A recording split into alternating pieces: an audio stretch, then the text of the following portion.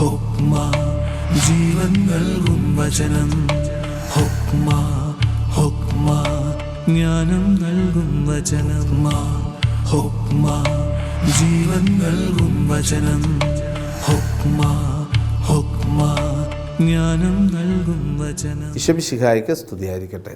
അബ്രാഹത്തിനെയും ഇസ്ഹാക്കിനെയും യാക്കോബിൻ്റെയും ദൈവം നമ്മുടെ കൂടെ ഉണ്ടായിരിക്കട്ടെ എന്നുള്ള പ്രാർത്ഥനയോടുകൂടി വചനം മാംസമായി നമ്മുടെ ഇടയിൽ കൂടാരമടിക്കുന്ന കർത്താവിനോടുള്ള ആ വലിയ സ്നേഹത്തിൽ നമുക്ക് ഒന്നിച്ചായിരിക്കാം. പ്രാർത്ഥനാപൂർവം ഈ വചനഭാഗങ്ങളിലേക്ക് നമുക്കൊന്ന് ശ്രദ്ധ കേന്ദ്രീകരിക്കാം.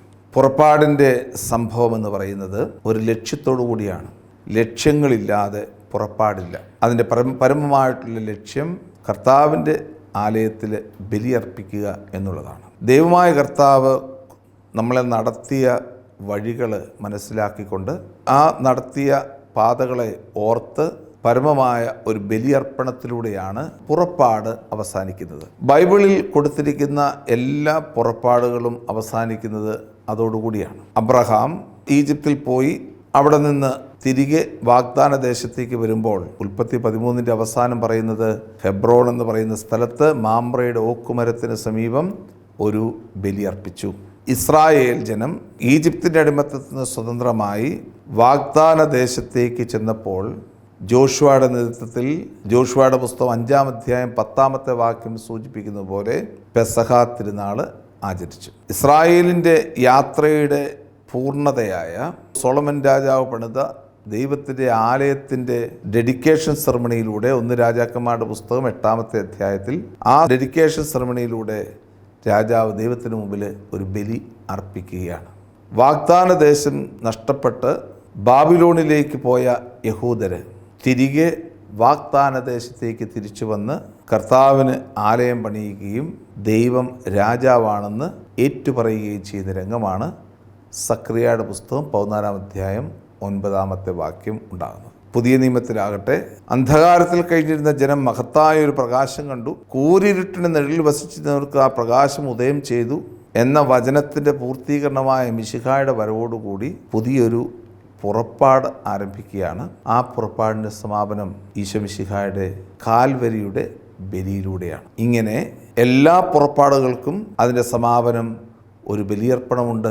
ആ ബലിയർപ്പണമാണ് യാക്കോബിൻ്റെ ജീവിതത്തിലും പ്രകടമായിട്ട് കാണുന്നത് എന്ന് നമ്മളെ ഓർമ്മിപ്പിക്കുകയാണ് വിശുദ്ധ ഗ്രന്ഥകാരൻ. ഉൽപ്പത്തി പുസ്തകത്തിൻ്റെ 28-ാമത്തെ അധ്യായത്തിൽ ഹാരാനിലേക്ക് പോയ യാക്കോബ് 30-ാം അധ്യായം 25-ാമത്തെ വാക്യത്തോടുകൂടി 20 വർഷത്തെ പ്രവാസകാലത്തിന് ശേഷം അവിടെ നിന്ന് യാത്രയാകുന്നതും 35-ാമത്തെ അധ്യായത്തിൽ ബഥേൽ എന്ന് പറയുന്ന സ്ഥലത്ത് അദ്ദേഹം ബലിയർപ്പിക്കാനായിട്ട് കടന്നു വരുന്നതുമാണ് ഈ വചനഭാഗങ്ങളുടെ ലക്ഷ്യം. അപ്പോൾ ഇനി നമ്മൾ കാണാൻ പോകുന്നത് ഇതിനു മുൻപായി, ഈ ബലിയർപ്പണത്തിന് മുൻപായി യാക്കോബ് എങ്ങനെയാണ് തന്നെ ഒരുക്കിയത് എന്നതിനെക്കുറിച്ചുള്ള സൂചനകളാണ്. ഒന്നാമത്തെ ഒരുക്ക ശുശ്രൂഷ നമ്മൾ കണ്ടു. ലാബാനും യാക്കോബും തമ്മിലുള്ള ഉടമ്പടി ഗലീദ്, മിസ്പ എന്നീ സ്ഥലങ്ങളിൽ, അല്ലെങ്കിൽ ലാബാന്റെ ഭാഷയിക്കുന്ന യാഗ സഹദൂത്ത എന്ന സ്ഥലത്ത് താൻ ലേയായും റാഹേലും അല്ലാതെ വേറെ ഒരു ഭാര്യമാരും തനിക്കുണ്ടാകില്ല എന്നുള്ള ഉറച്ച ഒരു ഉടമ്പടി നടത്തുകൊണ്ട് ലാബാനുമായിട്ട് യാത്ര പറഞ്ഞ് ഹാരാനിൽ നിന്ന് യാക്കോബ് യാത്ര ചെയ്യുന്നു. കണ്ടുമുട്ടുന്നത് മഹനായും ദൈവത്തിൻ്റെ വാസസ്ഥലത്തിൻ്റെ അനുഭവത്തിലേക്ക് അദ്ദേഹം പ്രവേശിക്കുന്നു. തുടർന്ന് വരുന്ന രംഗം ഏസാവിനെ അന്വേഷിച്ചുള്ള അദ്ദേഹത്തിൻ്റെ യാത്രയാണ്. ഉൽപ്പത്തിയുടെ 27-ാമത്തെ അധ്യായത്തിൽ ഏസാവിൽ നിന്ന് ആദ്യജാതന്റെ അവകാശം തട്ടിപ്പറിച്ചു. ഏസാവിൽ നിന്ന് ഒളിച്ചോടി. ഏസാവ് തന്നെ ഉപദ്രവിക്കുമല്ലോ എന്നുള്ള ചിന്തയോടുകൂടി അവിടെ നിന്ന് ഹാരാനിലേക്ക് പോയ യാക്കോബ് തൻ്റെ മടക്കയാത്രയിൽ ഏസാവുമായിട്ട് രമ്യപ്പെടുവാൻ പോവുകയാണ്. അദ്ദേഹത്തിന് കൊണ്ടുപോകുന്ന വിഭവങ്ങൾ, കൊണ്ടുപോകുന്ന ആടുമാടുകളൊക്കെ നമുക്ക് വിശുദ്ധ ഗ്രന്ഥത്തിൽ മനോഹരമായിട്ട് നമുക്ക് കാണാൻ സാധിക്കും. 32-ാമത്തെയും 33-ാമത്തെയും അധ്യായങ്ങളിൽ അദ്ദേഹം ഒരു യാത്ര നടത്തുമ്പോൾ ഈ യാത്രയ്ക്ക് ഒരു പ്രത്യേക ട്രൂപ്പിനെ അദ്ദേഹം രൂപീകരിക്കുകയാണ്. ഏറ്റവും മുമ്പിൽ യാക്കോബ് നടക്കുന്നു. അതിനുശേഷം ഒരു ഗണമായിട്ടാണ് അവർ യാത്ര ചെയ്യുന്നത്. അദ്ദേഹവുമായിട്ട് ഏസാവുമായിട്ട് യുദ്ധമുണ്ടാകുമല്ലോ എന്നുള്ള ഭീതിയോടുകൂടിയാണ് അദ്ദേഹം ഈ ട്രൂപ്പിനെ നിയന്ത്രിക്കുന്നത്. ആദ്യം പോകുന്നത് ബീലായുടെ മക്കൾ, രണ്ടാമത് പോകുന്നത് സിൽഫായുടെ മക്കൾ, മൂന്നാമത് ലയായുടെ മക്കൾ, നാലാമത് റാഹേലും റാഹേലിൻ്റെ പുത്രനായ ജോസഫും. ഇങ്ങനെയാണ് ആ ട്രൂപ്പ് മുന്നോട്ട് പോകുന്നത്. ഇതിന് ഒരു പ്രത്യേകതയുണ്ട്, ചുമ്മാ എഴുതി വെച്ചേക്കുന്നതല്ല. വിശുദ്ധ ഗ്രന്ഥത്തിലെ ജോഷുവയുടെ പുസ്തകത്തിൻ്റെ ഇസ്രായേൽ ജനതയുടെ ഡിവിഷൻ, ഓരോ ഗോത്രങ്ങൾക്കും ഓരോ സ്ഥലങ്ങൾ കൊടുക്കുന്ന ആ ഡിവിഷൻ കാണുമ്പോഴും ഇതേ ആശയം തന്നെ നമുക്ക് കാണാൻ സാധിക്കും. ജൂദാദേശത്തോട് ചേർന്ന് നിൽക്കുന്ന, അല്ലെങ്കിൽ ജെറുസലേം ദേവാലയത്തോട് ചേർന്ന് നിൽക്കാൻ വേണ്ടി ജൂദാദേശത്തെയും ബെഞ്ചമിൻ ഗോത്രത്തെയും അവിടെ കൃത്യമായ രീതിയിൽ അണിനിർത്തിക്കൊണ്ട് ബീലായുടെയും സിൽഫായുടെയും മക്കൾക്ക് വാഗ്ദാന ദേശത്തിൻ്റെ അങ്ങേ അറ്റങ്ങളും, അതായത് ജെറുസലേം ദേവാലയത്തിൽ നിന്ന് അകലെയുള്ള സ്ഥലങ്ങളുമൊക്കെ കൊടുക്കുന്നു. മറ്റു മക്കൾക്ക് അടുത്തുള്ള സ്ഥലങ്ങളും കൊടുക്കുന്നു. ഇതോടുകൂടി എങ്ങനെയാണ് ഒരു ഗ്രഡേഷൻ നമുക്ക് കാണാൻ പറ്റും, മക്കളുടെ ഇടയിൽ ഉള്ള ഗ്രഡേഷൻ. ലേയായുടെ മക്കൾക്കും ബെഞ്ചമിൻ്റെ മക്കൾക്കും പ്രാധാന്യം നൽകുമ്പോൾ മറ്റു മക്കൾക്ക് അത്രയധികം പ്രാധാന്യം നൽകുന്നില്ല എന്ന് നമുക്ക് കാണാൻ സാധിക്കും. എന്നാൽ സംഖ്യയുടെ പുസ്തകത്തിലേക്ക് വരുമ്പോൾ ഇതേ ആശയം തന്നെ വീണ്ടും അവതരിപ്പിക്കപ്പെടുകയാണ്. 10-ാമത്തെ അധ്യായത്തിൻ്റെ 25 മുതലുള്ള തിരുവചനങ്ങളെടുത്ത് വായിച്ചാൽ നമുക്ക് കാണാൻ സാധിക്കുന്നത്, ഇവർ വാഗ്ദാന ദേശത്തേക്ക് സീനായ് മലയിൽ നിന്ന് യാത്ര പോകുമ്പോൾ കയ്യിൽ വാഗ്ദാന പേടകമുണ്ട്. വാഗ്ദാന പേടകത്തിന് തൊട്ടടുത്ത് നടക്കുന്നത് ജൂദാഗോത്രമാണ്. എപ്പോഴും വാഗ്ദാന പേടകവും ജൂദാഗോത്രവും തമ്മിൽ അത്രമാത്രം ബന്ധമുണ്ടായിരുന്നുവെന്ന് നമുക്ക് അനുമാനിക്കാൻ സാധിക്കും. ഇങ്ങനെയൊരു യാത്രയാണ് യഥാർത്ഥത്തിൽ ഈ യാക്കോബ് ഏസാവിനെ കണ്ടുമുട്ടാൻ പോകുമ്പോൾ നടത്തുന്ന യാത്ര.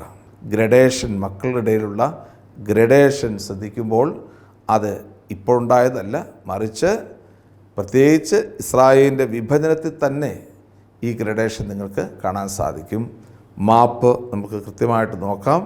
ആ മാപ്പിൽ ഓരോ മക്കളും, ബീലായുടെയും സിൽഫായുടെയും മക്കളുമൊക്കെ എവിടെയാണ് നിൽക്കുന്നതെന്നുള്ളതൊക്കെ കൃത്യമായിട്ട് രേഖപ്പെടുത്തിയിട്ടുണ്ട്.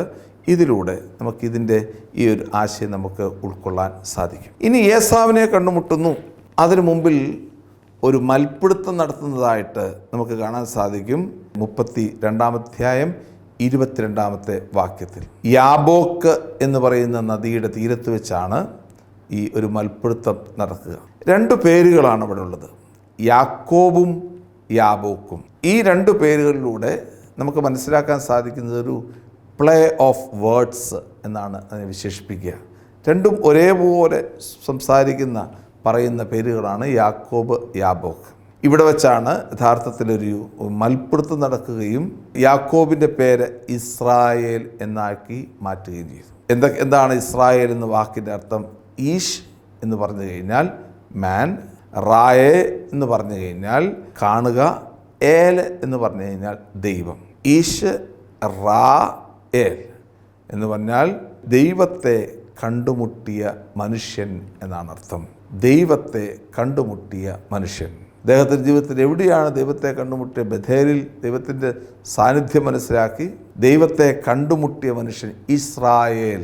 അപ്പോൾ ഇസ്രായേൽ എന്ന വാക്ക് അദ്ദേഹം സ്വീകരിക്കുമ്പോൾ ഈ ഏസാവിനെ കണ്ടുമുട്ടാൻ പോകുന്ന രംഗം എന്താണ് സൂചിപ്പിക്കുക? ഇത് വെറും ഒരു രംഗമല്ല. ഇത് ഒരു സഹോദരൻ, പിണങ്ങിയിരിക്കുന്ന സഹോദരനെ പോയി കണ്ടിട്ട് ആശംസകൾ അറിയിക്കുന്നതും പ്രാർത്ഥനകൾ അറിയിക്കുന്നതുമായിട്ടുള്ള രംഗമല്ല, മറിച്ച് 2 ദേശങ്ങൾ തമ്മിലുള്ള കണ്ടുമുട്ടലാണ്. അതുകൊണ്ടാണ് ഇവിടെ ഈ ഭാഗത്ത് യാക്കോബിനെമായിട്ടുള്ള മൽപ്പിടുത്തത്തിൽ അദ്ദേഹത്തിൻ്റെ പേര് ഇസ്രായേൽ എന്നാക്കിയത്. 2 ദേശങ്ങൾ, ഇസ്രായേൽ എന്നും ഏദോം എന്നും പറയുന്ന 2 ദേശങ്ങൾ. ആ 2 ദേശങ്ങളുടെ പ്രത്യേകതയാണ് ഇവിടെ നമ്മൾ മനസ്സിലാക്കുന്നത്. ഇവർ പരസ്പരം ആരംഭകാലം മുതൽ തന്നെ ശത്രുക്കളായിരുന്നു. ആ ശത്രുത ഇടയ്ക്ക് മിത്രങ്ങളായിട്ട് മാറുന്നു, പിന്നീട് വീണ്ടും ശത്രുക്കളായിട്ട് മാറുന്നു. പിന്നീട് അവസാനം ഏദോം ജൂദ എന്ന് പറയുന്ന ദേശത്തേക്ക് ലയിക്കുകയാണ് ചെയ്യുന്നത്. അത് കൃത്യമായിട്ട് മനസ്സിലാക്കാൻ ഒബദ്യായുടെ പുസ്തകം, പ്രവാചകൻ്റെ പുസ്തകം ഒറ്റ അധ്യായമേ ഉള്ളൂ, 15 മുതലുള്ള വാക്യങ്ങളിൽ കൃത്യമായിട്ട് രേഖപ്പെടുത്തിയിട്ടുണ്ട്. ഏദോം എന്ന് പറയുന്ന ദേശം പിൽക്കാലങ്ങളിൽ ഇസ്രായേലിനോട്, ജൂദാദേശത്തോട് ലയിക്കുന്ന രംഗം.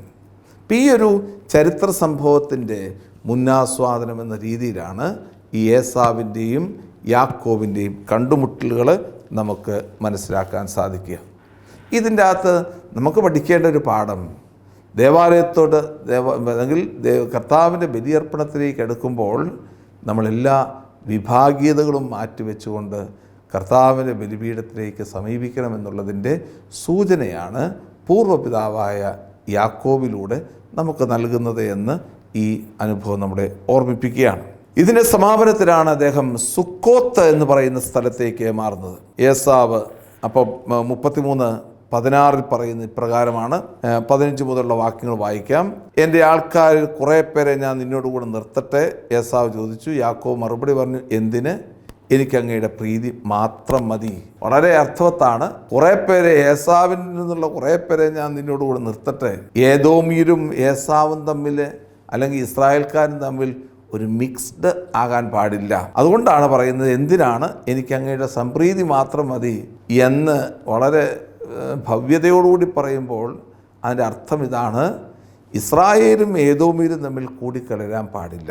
കാരണം ഏദോമ്യർ എപ്പോഴും വിജാതിയരുടെ ദേശത്തെയാണ് സൂചിപ്പിക്കുക. അപ്പം അതുകൊണ്ട് ഒരിക്കലും ഏദോമ്യരും ഏസാവും തമ്മിൽ അല്ലെങ്കിൽ ഇസ്രായേലും തമ്മിൽ കൂടിക്കലരാൻ പാടില്ല. അതുകൊണ്ടാണ് പറഞ്ഞത് അങ്ങയുടെ പ്രീതി മാത്രം മതി. രണ്ടുപേരും രണ്ട് ദിക്കിലേക്ക് പോവുകയാണ്. ഒന്ന് സൈർ മലയിലേക്ക് പോവുകയാണ്. ഏസാവ് സൈർ മലയിലേക്ക് പോയി എന്ന് 16-ാമത്തെ വാക്യം സൂചിപ്പിക്കുന്നു. യാക്കോബാകട്ടെ സുക്കോത്തിലേക്ക് പോയി അവിടെ വീട് പണിതു, കന്നുകാലികൾക്ക് കൂടുകളും കെട്ടി. അതുകൊണ്ടാണ് ആ സ്ഥലത്തിന് സുക്കോത്ത് എന്ന് പേരുണ്ടാകുന്നത്. രണ്ട് സ്ഥലങ്ങൾ സുക്കോത്തിലേക്കും സൈറിലേക്കും പോകുന്നു. ഏസാവിൻ്റെ മലയാണ് സൈർ, ഏദോം എന്ന് പറയുന്ന പ്രദേശം. നമുക്കറിയാം സൈർ എന്ന വാക്കിൻ്റെ അർത്ഥം രോമമെന്നാണ്. ഏസാവിന് ജനിച്ചപ്പോഴേ രോമം ഉണ്ടായിരുന്നു എന്ന് പറയുമ്പോൾ അതിൻ്റെ അർത്ഥം സൂചിപ്പിക്കുന്നത് സൈർ മരുഭൂമിയിൽ അദ്ദേഹം വാസമുറപ്പിക്കും എന്നത് തന്നെയാണ്. അതുകൊണ്ടാണ് സൈറിലേക്ക് അദ്ദേഹം പോകുന്നത്. ആ സൈർ മരുഭൂമിയിലാണ് അഹറോനെ അടക്കം ചെയ്തിരിക്കുന്ന സ്ഥലം. ഇനി യാക്കോബാണെങ്കിലോ സുക്കോത്ത് എന്ന സ്ഥലത്തേക്ക് പോകുന്നു. സുക്കോത്ത് എന്ന വാക്കിൻ്റെ അർത്ഥം കൂടാരമെന്നാണ്. സുക്കോത്ത്, സുക്ക എന്ന വാക്കിൻ്റെ അർത്ഥം കൂടാരം കെട്ടുക എന്നുള്ളതാണ്. അപ്പോൾ കൂടാരം കെട്ടി അവിടെ താമസിച്ചതിനെയാണ് സുക്കോത്ത് കൊണ്ട് ഉദ്ദേശിക്കുന്നത്. ഇതിനുശേഷം അദ്ദേഹം യാത്രയായ സ്ഥലമാണ് 18-ാമത്തെ വാക്യം മുതൽ കൊടുത്തിരിക്കുന്നത്. 19-ാമത്തെ വാക്യത്തിൽ യാക്കോബ് ഷെക്കേമിൻ്റെ പിതാവായ ഹമോറിൻ്റെ മക്കളിൽ നിന്ന് താൻ കൂടാരമടിച്ച പറമ്പിൻ്റെ ഒരു ഭാഗം 100 നാണയങ്ങൾക്ക് വാങ്ങി അവൻ അവിടെ ഒരു ബലിപീഠം പണിതു. അതിന് ഏൽ എലോഹെ ഇസ്രായേൽ എന്ന് പേരിട്ടു. അദ്ദേഹം ഷെക്കേം എന്ന് പറയുന്ന സ്ഥലത്ത് ഒരു കൂടാരം പണിതു, ഒരു ബലിപീഠം പണിതു. El Elohe Israel, God of Israel, God and gods of Israel എന്നാണ് അതിൻ്റെ അർത്ഥം. അപ്പോൾ നോക്കിയാൽ അടുത്ത രംഗമെന്ന് പറയുന്നത് ഷെക്കേമാണ്. അബ്രഹാമിൻ്റെ ജീവിതത്തിൽ 12-ാമത്തെ അധ്യായത്തിൽ അദ്ദേഹം പോയ സ്ഥലങ്ങളെക്കുറിച്ച് വിവരിച്ചപ്പോൾ 1-ാമത്തെ സ്ഥലമാണ് ഷെക്കേമിൽ പോയി, ബഥേലിൽ പോയി, ഹെബ്രോണിൽ പോയി. യാക്കോബ് പോകുന്ന വഴികളും അതുതന്നെയാണ്. ഹെബ്രോണിൽ അദ്ദേഹം പോകുന്നില്ല, മറിച്ച് ഷെക്കേമിലും ബഥേലിലും പോവുകയാണ്. ഷെക്കേം ഇസ്രായേലിൻ്റെ ജീവിതത്തിലെ വലിയൊരു രംഗമാണ്. യാക്കോബിൻ്റെ പിൻതലമുറക്കാർ താമസിക്കുന്ന സ്ഥലമാണ്, വന്നിരിക്കുന്ന സ്ഥലമാണിത്. ഷെക്കേം എന്ന് പറയുന്ന സ്ഥലത്താണ് ജോഷുവ ജോസഫിൻ്റെ അസ്ഥി കൊണ്ട് കുഴിച്ചിടുന്നത്. അതുപോലെ തന്നെ ഷെക്കേം എന്ന് പറയുന്ന സ്ഥലത്താണ് ആദ്യത്തെ ഇസ്രായേലിൻ്റെ രാജ്യത്വം ആരംഭിക്കുന്നത്. രാജ്യത്വം ഷെക്കേം എന്ന് പറയുന്ന സ്ഥലത്താണ് റഹോബോവാം രാജാവ്, ജെറോബോവാം രാജാവ് രണ്ടുപേരും വന്ന് ഇസ്രായേലിൻ്റെയും ജൂദായുടെയും രാജ്യത്വം വീണ്ടും ഒന്ന് ഉറപ്പിക്കുന്നതും തിരികെ പോകുന്നതും. അപ്പോൾ അതുകൊണ്ട് ഷെക്കേം എന്ന് പറയുന്ന സ്ഥലത്തിന് ഇസ്രായേലിൻ്റെ ഹിസ്റ്ററിയിൽ വളരെയധികം പ്രാധാന്യമുണ്ട്. അതുകൊണ്ടാണ് യാക്കോബ് വീണ്ടും അവിടെ കടന്നു വന്നു എന്ന് വിശദമായിട്ട് രേഖപ്പെടുത്തിയിരിക്കുക. തുടർന്ന് വരുന്ന 34-ാമത്തെ അധ്യായത്തിലെ ദീനയുടെ മാനഹാനിയെക്കുറിച്ചാണ്. ദീന എന്ന് പറയുന്ന മകൾ ആ ഷെക്കേം എന്ന് പറയുന്ന ദേശത്തെത്തിയപ്പോൾ ഷെക്കേമ്യരായിട്ടുള്ള ആളുകൾ ഇവളെ മാനഭംഗപ്പെടുത്തി. എന്തിനാണ് ഇങ്ങനെ ഒരു കഥ അവതരിപ്പിക്കുന്നത്? 2 ഉദ്ദേശങ്ങളുണ്ടായിരിക്കാം. ഒന്ന് ദീന എന്ന് പറയുന്ന മകളെ അവതരിപ്പിക്കാനായിരിക്കാം. അതിലുപരിയായി എന്തുകൊണ്ടാണ് ശെമയോനും ലേവിയും എന്നീ ഗോത്രങ്ങൾക്ക് അവകാശങ്ങൾ നിഷേധിക്കപ്പെട്ടത് എന്ന് കൃത്യമായിട്ട് നമ്മളെ ഓർമ്മിപ്പിക്കാൻ വേണ്ടിയിട്ടാണ് ദീനയുടെ മാനഹാനി എന്ന് പറയുന്ന ആ അധ്യായം രേഖപ്പെടുത്തിയിരിക്കുക. എങ്ങനെയാണ് ശെമയോനും ലേവിക്കും ഇസ്രായേൽ ദേശത്ത് വാഗ്ദാന ദേശത്ത് സ്ഥലങ്ങൾ കിട്ടാതെ പോകുന്നത്. നമുക്കറിയാം, ആദ്യകാലത്ത് കൊടുത്ത സ്ഥലം എന്ന് പറയുന്നത് ജൂദായുടെ താഴ്വാരമാണ്. അവിടെ മുഴുവൻ മരുഭൂമിയാണ് ശിമെയോന് കൊടുത്തത്. എന്നാൽ ലേവി ഗോത്രത്തിനാകട്ടെ ഒരു സ്ഥലവും കിട്ടിയില്ല. ഓരോ ഗോത്രത്തിലും അവർക്ക് സ്ഥലങ്ങൾ കിട്ടിയിരുന്നു. അവരോട് പറഞ്ഞിരുന്നത്, നിങ്ങൾ കർത്താവിൻ്റെ വിഭവങ്ങൾ, കർത്താവിൻ്റെ മേശയിൽ നിന്നുള്ള വിഭവങ്ങൾ മാത്രം ഭക്ഷിച്ച് ജീവിക്കുക, നിങ്ങൾക്ക് സ്ഥലമൊന്നുമില്ല എന്നുള്ളൊരു ചിന്തയാണ് ലേവി ഗോത്രത്തിന് കൊടുത്തത്. എന്നാൽ അത് അപ്രകാരമല്ല. അതിൻ്റെയുള്ള കാരണം എന്താണ് എന്ന്, ഒരു ഹിസ്റ്റോറിക്കൽ റീസൺ എന്താണെന്നുള്ളത് ഇവിടെ ഓർമ്മിപ്പിക്കുകയാണ് 34-ാമത്തെ അധ്യായത്തിൽ. ഇപ്രകാരമാണ് ഷെക്കേമ്യര് ദീനയെ മാനഹാനപ്പെടുത്തി. ഉടനെ അവർ തമ്മിൽ ചർച്ചയായി, സമവായത്തിലായി. എന്തായിരുന്നു? ഷെക്കേമ്യര് യഹൂദരായിട്ട് മാറുകയാണെങ്കിൽ, അവർ പരിച്ഛേദനം സ്വീകരിച്ച് യഹൂദരായിട്ട് മാറുകയാണെങ്കിൽ ദീനയെ അവർക്ക് വിവാഹം ചെയ്തു കൊടുക്കാം. അവർ പരിച്ഛേദനം ചെയ്യാൻ സമ്മതിച്ചു. പരിച്ഛേദനം ചെയ്ത് മുറിവുണങ്ങുന്നതിന് മുമ്പേ ഇതാ വന്നിരിക്കുന്നു ഈ ശിമെയോനും ലേവിയും. അവരെ എല്ലാവരെയും കൊലപ്പെടുത്തി, കത്തിയുമായിട്ട് വാളുമായിട്ട് വന്ന് അവരെ കൊലപ്പെടുത്തി. ആ ഒരു വലിയൊരു കൊലപാതകത്തിൻ്റെ കാരണമാണ് യഥാർത്ഥത്തിൽ ശിമെയോനും ലേവിക്കും വാഗ്ദാന ദേശത്ത് അനുവാദം കിട്ടാതെ പോയത്. 49 ഉൽപ്പത്തി പുസ്തകം 49-ാമത്തെ അധ്യായത്തിൽ ഒന്ന് നോക്കിക്കഴിഞ്ഞാൽ ഈ കാര്യത്തെ കൃത്യമായിട്ട് യാക്കോബിൻ്റെ കൊടുക്കുന്ന അനുഗ്രഹത്തിൽ, അല്ലെങ്കിൽ യാക്കോബിന് കൊടുക്കുന്ന അനുഗ്രഹത്തെക്കുറിച്ച് പറയുമ്പോൾ ശിമെയോനെക്കുറിച്ച് പറയുന്ന ഇപ്രകാരമാണ്. 49:5 ശിമെയോനും ലേവിയും കൂടപ്പിറപ്പുകളാണ്. അവരുടെ വാളുകൾ അക്രമത്തിൻ്റെ ആയുധങ്ങളാണ്. അവരുടെ ഗൂഢാലോചനകളിൽ എൻ്റെ മനസ്സ് പങ്കുകൊള്ളാതിരിക്കട്ടെ. അവരുടെ സമ്മേളനത്തിൽ എൻ്റെ ആത്മാവ് പങ്കുചേരാതിരിക്കട്ടെ. എന്തെന്നാൽ തങ്ങളുടെ കോപത്തിൽ അവർ മനുഷ്യരെ കൊന്നു, ക്രൂരതയിൽ അവർ കാളകളുടെ കുതിഞ്ഞരമ്പ് വെട്ടി. അവരുടെ ഉഗ്രമായ കോപവും ക്രൂരമായ ക്രോധവും ശപിക്കപ്പെടട്ടെ. ഞാൻ അവരെ യാക്കോബിൽ വിഭജിക്കും, ഇസ്രായേലിൽ ചിതറിക്കുകയും ചെയ്യും. ഈ ഒരു വാക്കുകൾക്ക് ഉള്ള ഒരു മറുപടി എന്നോണമാണ്, അല്ലെങ്കിൽ അതിൻ്റെ ഹിസ്റ്റോറിക്കൽ ബാക്ക്ഗ്രൗണ്ടാണ് 34-ാമത്തെ അധ്യായത്തിൽ രേഖപ്പെടുത്തിയിരിക്കുക. ഈ മാപ്പ് നോക്കിക്കഴിഞ്ഞാൽ നിങ്ങൾക്കറിയാൻ പറ്റും, ശിമെയോൻ എന്ന് പറയുന്ന വ്യക്തിക്ക് കർത്താവ് കൊടുത്ത സ്ഥലം ജൂദായുടെ താഴ്വാരമാണ്. ആ പ്രദേശത്ത് ഫലപുഷ്ടിയൊന്നുമില്ല, മുഴുവൻ മരുഭൂമിയാണ്. പ്രധാനമായിട്ടും ഉള്ള നെഗവ് മരുഭൂമിയൊക്കെയാണ് യഥാർത്ഥത്തിൽ ജൂദായുടെ അല്ലെങ്കിൽ ശിമെയോൻ്റെ ഭാഗമായിട്ട് നിൽക്കുക. ലേവിക്ക് ഗോത്രങ്ങളൊന്നുമില്ല.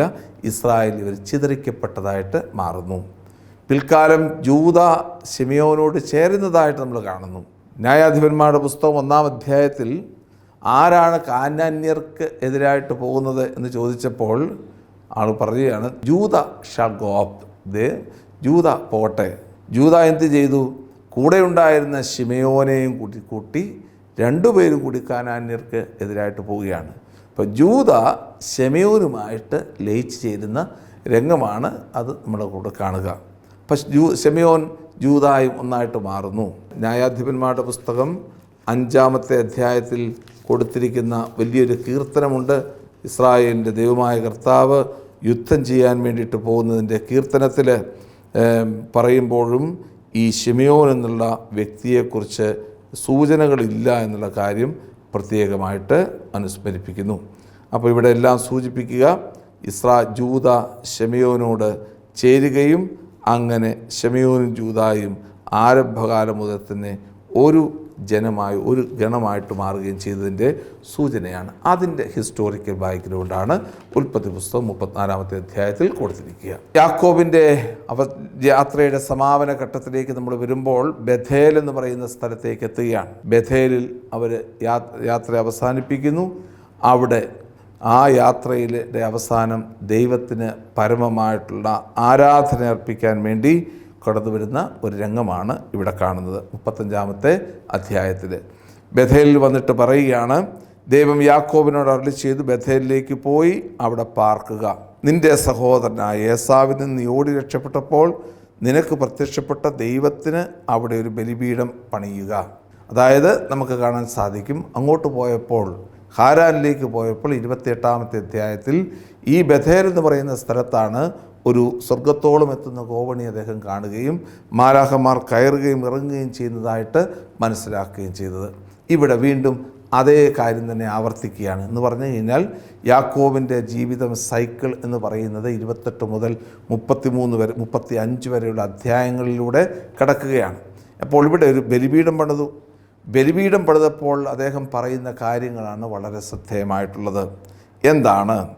യാക്കോബ് എല്ലാവരെയും വിളിച്ചു കൂട്ടി പറയുകയാണ്, നിങ്ങളുടെ പക്കലുള്ള അന്യദേവന്മാരെ ദൂരെ കളയുക, എല്ലാവരും ശുദ്ധി വരുത്തി വസ്ത്രങ്ങൾ മാറുക, നമുക്ക് ബഥേലിലേക്ക് പോകാം.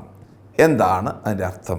ഇതാ, ഈ റാഹേൽ കൊണ്ടുവന്ന കൊത്തുവിഗ്രഹങ്ങൾ അല്ലെങ്കിൽ കുലദൈവങ്ങൾ, ഇതെല്ലാമായിട്ടാണ് ഇവർ വാഗ്ദാന ദേശത്തേക്ക് വരുന്നത്.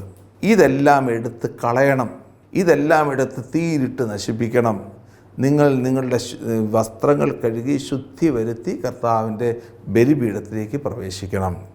ഇത് സൂചിപ്പിക്കുക ഏകദൈവത്തിലുള്ള വിശ്വാസത്തെ അത് പൂർണ്ണതയോടുകൂടി ഏറ്റുപറയണം. ജോഷുവയുടെ പുസ്തകത്തിൻ്റെ 6-ാമത്തെ അധ്യായം മുതൽ ഏകദേശം 12 അധ്യായങ്ങൾ വരെ കാണപ്പെടുന്ന ഒരു ഭാഗമാണ് കോൺക്വസ്റ്റ് ഓഫ് ദ ലാൻഡ്, അതായത് ലാൻഡിനെ, വാഗ്ദാന ദേശത്തെ നേടിയെടുക്കുന്ന രംഗം. അവിടെയെല്ലാം കാണുന്ന ഒരു കാര്യമാണ് യുദ്ധം ചെയ്യുക. അതുപോലെ തന്നെ അവിടെയുള്ള എല്ലാ വിഗ്രഹങ്ങളെയും മറ്റു ദേവന്മാരുടെയും ദേവതകളുടെയും ഒക്കെ വിഗ്രഹങ്ങളെയൊക്കെ നശിപ്പിക്കുക എന്നുള്ളത്. ഇവിടെയും ഇതേ രീതിയിൽ തന്നെയാണ് സൂചിപ്പിക്കുന്നത്. വാഗ്ദാന ദേശത്തേക്ക് പ്രവേശിച്ചു കഴിഞ്ഞാൽ കർത്താവിൻ്റെ മാത്രം ഏകദൈവത്തിന് ബലിയർപ്പിക്കുകയും ബഹുദൈവങ്ങളെ നിരാകരിക്കുകയും ചെയ്യുക. ഇത് ഒരു വലിയൊരു ദൈവിക നിയമത്തിൻ്റെ ഭാഗമാണ്. ഏകദൈവത്തിൻ്റെ ആരാധന ആരാണ് തുടങ്ങിയത് എന്ന് ചോദിച്ചു കഴിഞ്ഞാൽ അവർ പറയും യാക്കോബാണെന്ന് പറയും. നമുക്കറിയാം, വിശുദ്ധ ഗ്രന്ഥത്തിൻ്റെ പശ്ചാത്തലം എടുത്ത് നോക്കിക്കഴിഞ്ഞാൽ ഏകദൈവത്തെക്കുറിച്ചുള്ള ആരാധനകൾ എപ്രകാരമാണെന്ന് നമുക്ക് വളരെയധികം മനസ്സിലാക്കാൻ പറ്റും, അതിൻ്റെ പശ്ചാത്തലങ്ങളൊക്കെ നോക്കിക്കഴിഞ്ഞാൽ. അപ്പോൾ അതുകൊണ്ട് ഈ ഒരു ഭാഗം വ്യാഖ്യാനിക്കുന്നതിന് മുമ്പായി ഏകദൈവത്തിനെക്കുറിച്ചുള്ള കൺസെപ്റ്റ് എങ്ങനെയാണ് ഇസ്രായേലിൻ്റെ മതജീവിതത്തിലേക്ക്, സാമൂഹ്യ ജീവിതത്തിലേക്ക് കടന്നു വന്നിരിക്കുന്നത് എന്നതിനെക്കുറിച്ച് ഒന്ന് മനസ്സിലാക്കുന്നത് നല്ലതായിരിക്കും. അതിനെക്കുറിച്ചുള്ള എപ്പിസോഡാണ് അടുത്ത എപ്പിസോഡിലൂടെ നിങ്ങളിലേക്ക് കൊണ്ടുവരുന്നത്. അതുവരെ എല്ലാവർക്കും ദൈവത്തിൻ്റെ എല്ലാ നന്മകളും അതുപോലെ തന്നെ ദൈവത്തിൽ നിന്നുള്ള കൃപയും അനുഗ്രഹവും ധ്യാനിച്ചുകൊണ്ട് നിർത്തുന്നു. നന്ദി, നമസ്കാരം. ജീവൻ നൽകും വചനം, ജ്ഞാനം നൽകും വചനം.